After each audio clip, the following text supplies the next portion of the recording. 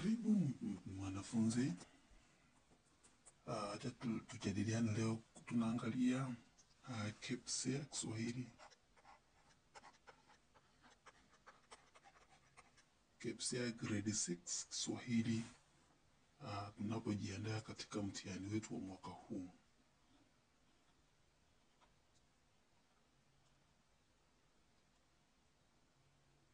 Soma mazungumzo haya kisha ujibu swali la kwanza hadi la 5. Mazungumzo yafuatayo yanahusu mpangaji ambaye anatafuta nyumba ya kuishi na mwenye nyumba. Mosi, hodi hodi. Hodi hodi. Habari za mwenye nyumba. Mimi ni Mosi na ningetaka kujua zaidi kuhusu nyumba zako. Una nyumba ngapi na ziko wapi? Asana. Nzuri sana Mosi. Nina furaha kukutana nawe ofisini kwangu hapa mjini Nairobi, Kenya. Nina nyumba 10 kule Kambara, Uganda, Dar es Salaam, Tanzania na Bujumbura, Burundi. Burundi. Je, ungetaka kuishi wapi? Mosi. Vizuri sana. Ninaweza kuishi mahali popote. Sasa sina kazi, lakini mimi ni mhandisi na ninaweza kupata kazi mahali popote. Unafikiri ni lazima niishi wapi? Hasna. Swali nzuri. Kwangu kote kuko sawa kwa sababu ninapenda kusafiri sana. Mimi sikai nyumba moja kwa mara nyingi. Unapenda bahari ama ziwa? Mosi. Wakati wa utotoni, wazazi wangu walinipeleka baharini wakati wa likizo za shule kila mwaka. Nimesahau upendo wangu kwa bahari. Nafikiri ningependa kuishi karibu na bahari ya Hindi. Nitaleta familia yangu baadaye na natumai pia wao wataogelea baharini kila siku. Hasna. Vizuri sana. Ni dhahiri kuwa ni lazima ukodi nyumba ya Dar es Salaam. Nyumba zangu za Dar es Salaam ni 5. 2 ni za ghorofa karibu na bahari na 3 si za ghorofa na ziko mbali na bahari. Mosi. Mimi nina familia. Ninaweza kukodi nyumba ya ghorofa. Ina vyumba vingapi? Hasna. Chumba kimoja, kila nyumba 4. Kina jiko, sebule, bafu na chumba cha kulala. Kingine kina vyumba 3. Jiko, bafu na chumba cha kulala. Mosi. Bei ya kodi ni ngapi kwa nyumba yenye ina sebule na nyumba bila sebule? Hasna. Kodi kwa nyumba ya sebule ni 500,000. Kodi kwa nyumba bila sebule ni sawa kwa sababu mtaa ni mzuri zaidi. Utalipa siku ya kwanza ya kila mwezi. Mosi. Bei ni rahisi. Ninafurahi. Kitu ambacho ninahitaji tu ni barabara ya lami, fanicha na hospitali karibu. Ni kweli eti kila nyumba iko karibu na barabara ya lami na hospitali? Sina fanicha. Hasna. Zote zina fanicha, barabara ya lami na hospitali. Hakuna huduma za takataka isipokuwa wewe unanunua huduma za biashara tofauti. Mosi. Sawa. Sasa ninaweza kutia saini katika mapatano ya ukodishaji kwa nyumba ya ghorofa yenye sebure. Hasna, ndiyo hapa yako mapatano ya ukodisaji. Iko barabara ya Hemida. Utahamia lini? Mosi, wiki ijayo nitahamia. Asante sana Hasna, karibu. Maswali. Mkutano huu ulifanyika wapi? Tumesikia mkutano huu ulifanyika Nairobi, kwa sababu nyumba za huyu bwana Hasna zilikuwa Nairobi. Kwa hivyo mkutano ulifanyika Nairobi. Hasna ana nyumba ngapi? 20, 5, 10, 12. Tumesikia kwamba ana nyumba 10 masehemu mbalimbali. Kwa hivyo kutokana kwa hadithi, huyu akimuuliza, tumesema hapa Musa akimuuliza vizuri sana, naweza wakati utotoni. Hapa Hasna akisema, Musa, ninafurahi kukutana nao ofisini kwangu. Nina nyumba 10. Sawa. Nina nyumba 10 kule Kambara, Uganda. Kwa hivyo ana nyumba, jumla ya nyumba 10. Mosi alitaka kuishi wapi? Karibu na mto, karibu na bahari Hindi, karibu na bawabu. Kwa wazazi wake alikuwa anataka kuishi karibu na bahari, kwa sababu kwa wakati mwingi hajaenda kuogelea baharini. Kwa hivyo alitaka kuishi karibu na bahari.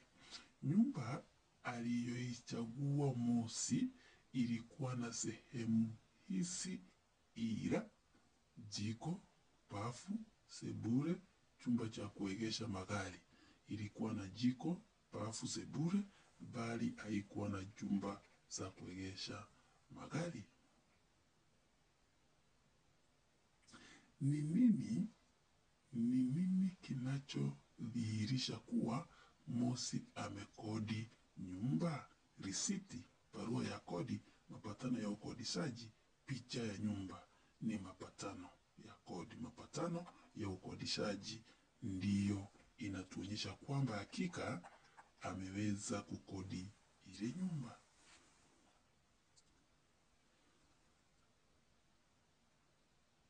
Soma kifungu kifuatacho kisha ujibu swali la 6 hadi 11. Siku moja bwana chapakazi aliwaita watoto wake 4, Hamisi, Juma, Riziki na Tatu. Alitaka kujua kila mmoja angependa kufanya nini atakapokuwa mtu mkubwa. Baada ya kupata staftahi, aliwataka watoto kubaki sebureni. Akasema, wanangu, nimewaita hapa ili tuzungumze juu ya maono yenu. Ningependa kujua kila mmoja anatamani afanye kazi gani awapo mkubwa. Watoto walikaa kitako huku wakimsikiliza kwa makini. Bwana Chapakazi alisema, haya, tuambie wewe Hamisi, wewe ungependa kuwa nani? Hamisi akajibu, mimi ningependa kuwa tabibu. Ninapenda sana kutibu watu. Natamani kuona watu wakipona maradhi yao na kuwa na afya bora. Baba akasema, sawa mwanangu, umechagua kazi nzuri. Afya ni bora kuliko mali. Bila shaka pia utaangalia hata afya zetu wazazi wako tukizeeka. Ili ufikie malengo yako lazima uwe na bidii katika masomo yako, hasa yale ya sayansi. Juma naye alisema kuwa angependa kuwa rubani. Angefurahi kuendesha ndege na kwenda sehemu mbalimbali za dunia. Hamisi alishangaa kuwa kupaa hewani kama ndege kunaogofya. Juma alimwambia pilipili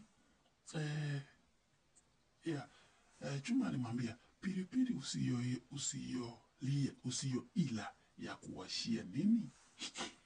baba alimweleza Juma kuwa hilo ni chaguo bora, ila weka bidii katika masomo ya sayansi na jiografia. Ikafika zamu ya Riziki. Riziki alisema kuwa alikuwa na mahaba ya utangazaji na angependa sana aonekane kwenye runinga akitangaza. Angetaka ajulikane sehemu mbalimbali duniani. Wote walifunjika mbavu. Baba akamwambia kuwa binti yake anataka kuwa mashuhuri, na hivyo Mungu amuongoze sana na asome kwa bidii lugha zote. Tatu naye alitaka kuwa mfanyabiashara.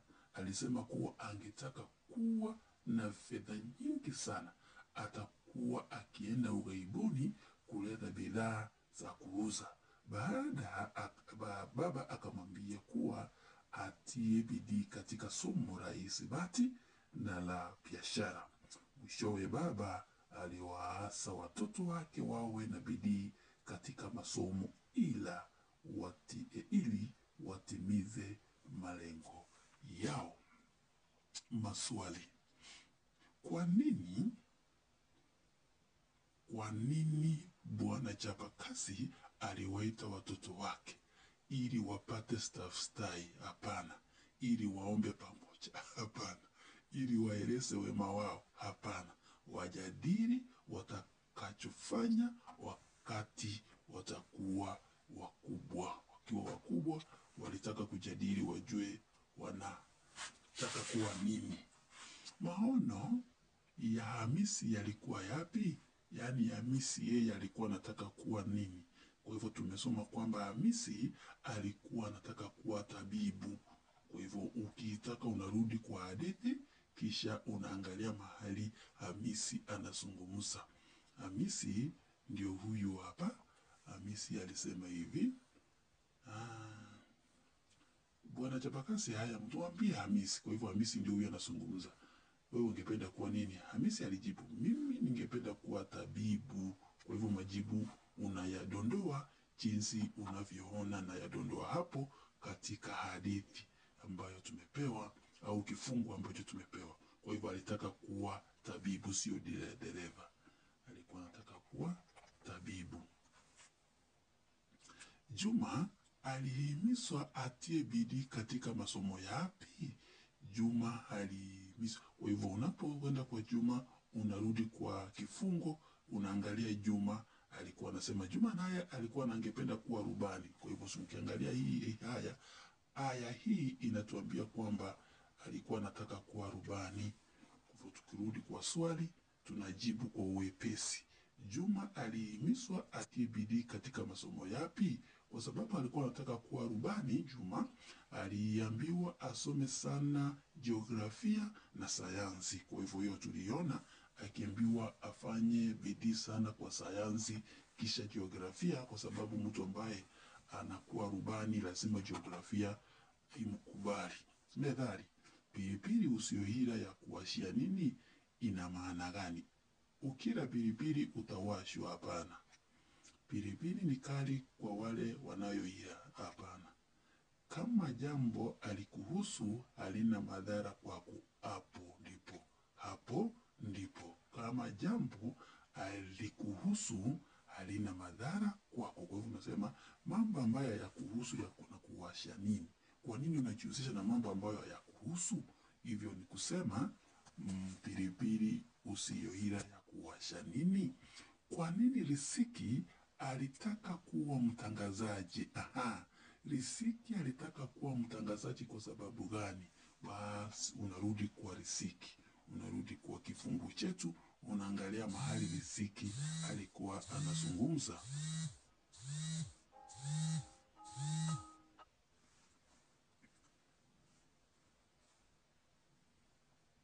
Riziki ako wapi? Tunaangalia ndiye alizungumza wangapi. Riziki ndiye amekumbuka. Riziki alisema kuwa alikuwa ana mahaba ya utangazaji na angependa sana aonekane kwenye runinga akitangaza. Kitu cha kwanza alitaka sana ni aonekane kwenye, kisha ajulikane sehemu mbalimbali duniani. Sawa sawa. Kwa hivyo lengo lake ilikuwa nini? Tunarudi kwa swali. Kwa nini Riziki alitaka kuwa mtangazaji? Alipenda kusoma barua? Hamna. Alitaka kuwa maarufu? Ndiyo. Alipenda kuwa kwa runinga? Hapana. Alitaka kuwaona watangazaji? Hamna. Alitaka kuwa maarufu. Unapokuwa maarufu unajulikana dunia yote. Kwa hivyo lengo lake ilikuwa ni ajulikane duniani kote.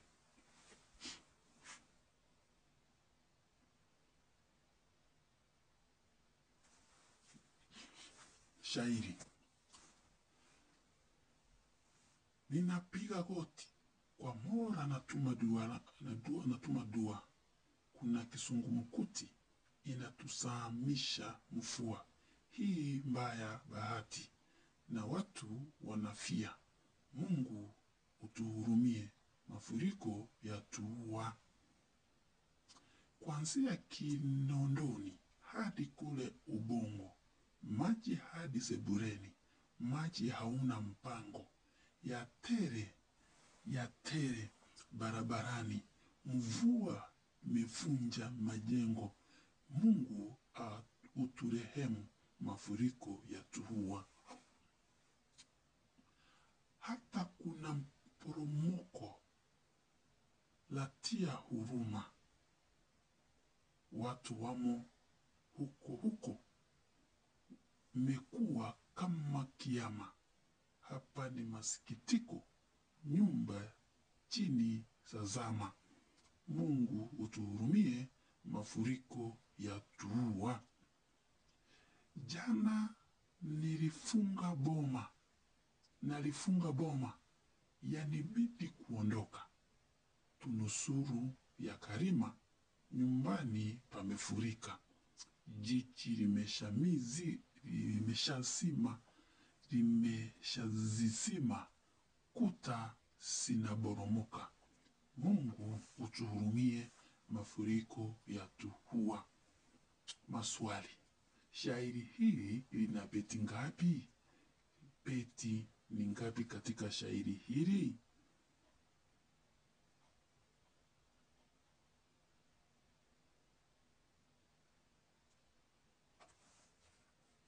Moja, mbili, tatu, nne.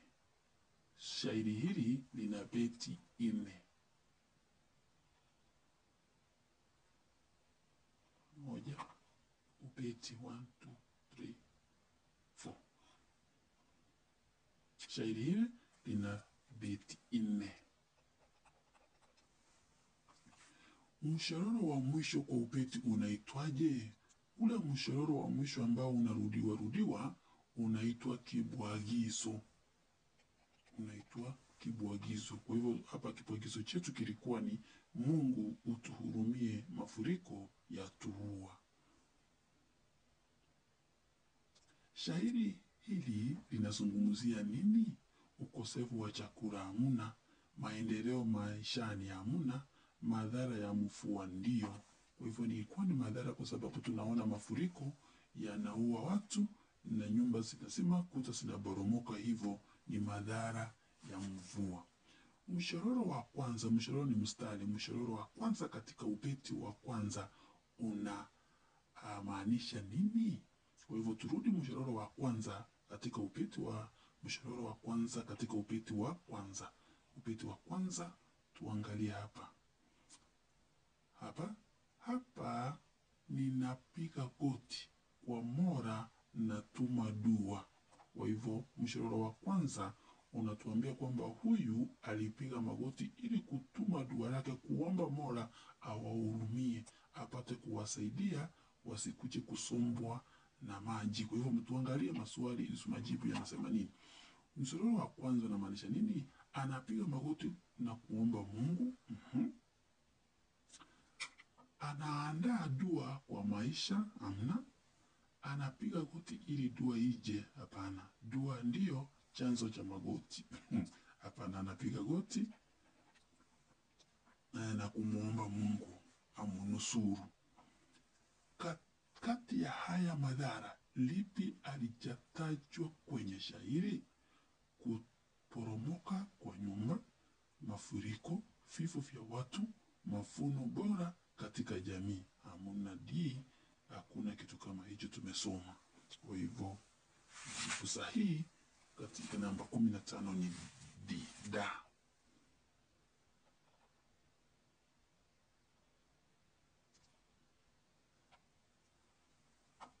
Shule ya Leki. Ukitaka kujua majibu sahihi kwa kuchaza mapengo kama haya, lazima usome hadi kiko kifungu chote ulichopewa, kisha ndio uanze kuweka, uone ngeli yenye imetumika ni wakati upi umetumika, ndio uanze kujibu. Shule ya Leki ipo dash mji wa Singida.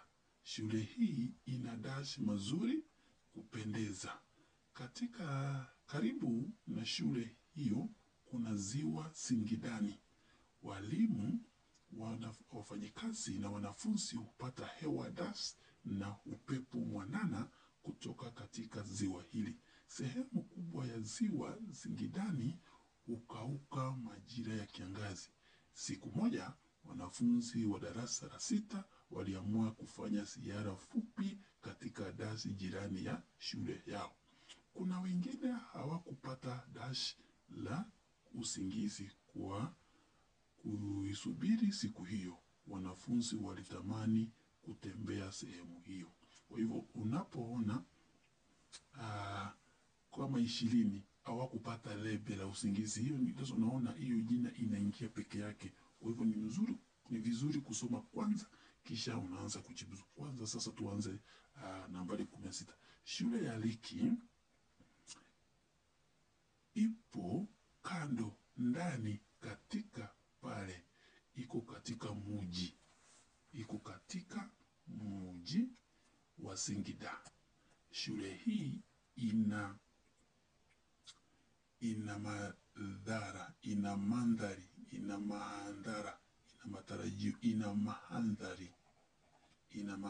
mazuri ya kupendeza. Karibu na shule hiyo kuna ziwa Singida. Walimu, wafanyikazi hupata hewa murua. Sasa hapo unataka kuangalia kama unajua the correct spellings ya jina murua. Kwa hivyo ni jini murua. Hewa murua na upepo mwanana kutoka katika ziwa hili. Sehemu kubwa ya ziwa Singida hukauka majira ya kiangazi. Siku moja, wanafunzi wa darasa la 6 waliamua kufanya ziara fupi katika mazingira. Kwa hivyo nataka kujua kama unajua mazingira katika mazingira jirani ya shule yao. Kuna wengine hawakupata lepe la usingizi. Walilala kwa usingizi wa mang'amu, wakiamuka wakitarajia asubuhi itafika saa ngapi tupate kuenda ziwani kuona watakayo yaona. Chagua jibu mwafaka katika swali la 21 hadi 30. Swali jibu mwafaka. Andika sentensi ifuatayo kwa wingi. Kiropoto amekamatwa. Kiropoto ni mdudu aliye hai na ako katika ngeli ya kivi. Kwa hivyo kiropoto ni viropoto. Viropoto wamekamatwa. Viropoto vimekamatwa. No, ni viropoto kwa sababu vina uhai. Viropoto wamekamatwa. Tambua nomino ambata katika sentensi hii. Nomino ambata. Mgonjwa alipimwa kwa kipimo joto katika. Nomino ambata ni yale nomino mbili zimeunganishwa pamoja. Sawa sawa. Ukiangalia hapa, mgonjwa ni nomino moja, alipimwa kwa kipimo joto ni nomino ambata. Kipimo joto ni nomino ambata kwa sababu inaunganisha nomino mbili.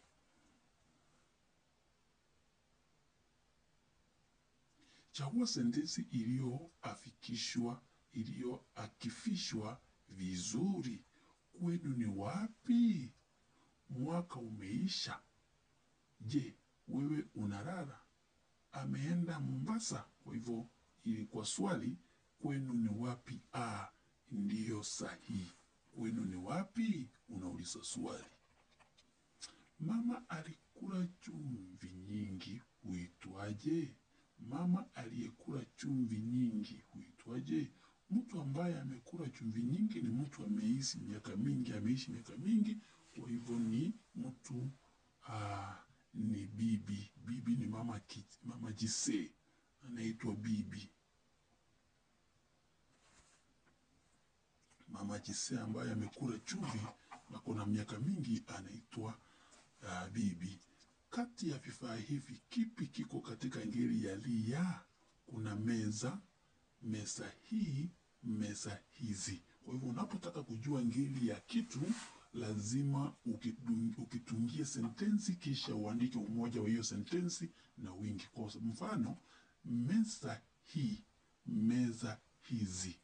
Kwa hivyo unaona meza iko katika hizi. Ngeli ya hizi. Kisu hiki kivi, jembe hili, majembe haya. Kwa hivyo ndiyo sahihi kwa swali hili. Jembe liko katika ngeli ya lia. Jembe liko katika ngeli ya lia.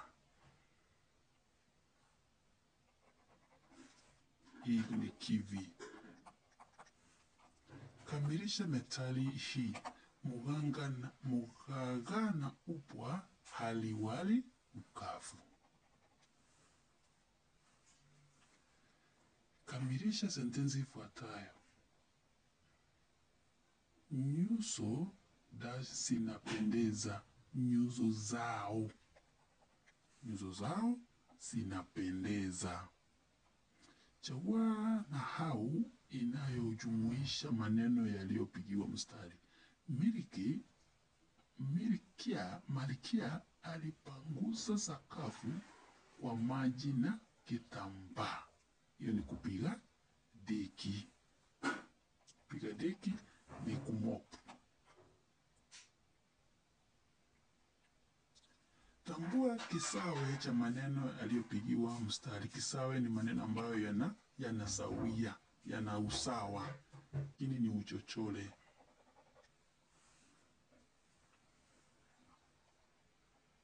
Chagua neno lililo katika kauli ya kutendewa. Kutendewa ni fanyiwa. Kwa hivyo umefanyiwa. Ni somewa, lima, pikia. Ni somewa, umetendewa. Asante sana, kuwa na siku njema.